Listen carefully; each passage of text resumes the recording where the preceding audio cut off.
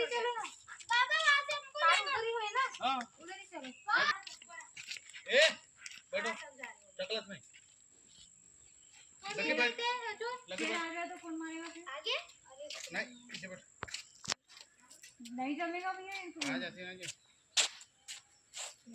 आएगा टेंशन नहीं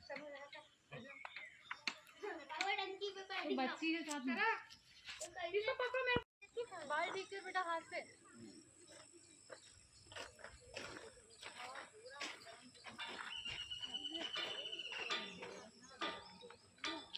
चलो रे लेट्स गो। कैरी के उतर मम्मा सुनो मम्मा चप्पल गंदा ना पड़े।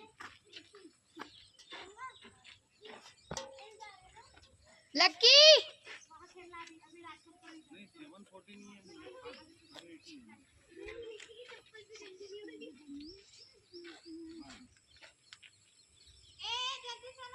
नहीं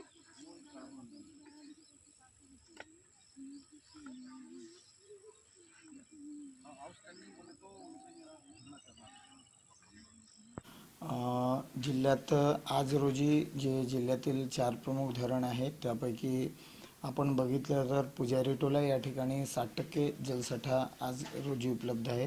तसेच शिरपूर या धरणात आज रोजी 53% व इटियाडो या प्रकल्पात 58%, एकूण या तिघांची सरासरी मिळून एकूण 54% जलसाठा आज रोजी आपल्या गोंदिया जिल्ह्यात उपलब्ध आहे।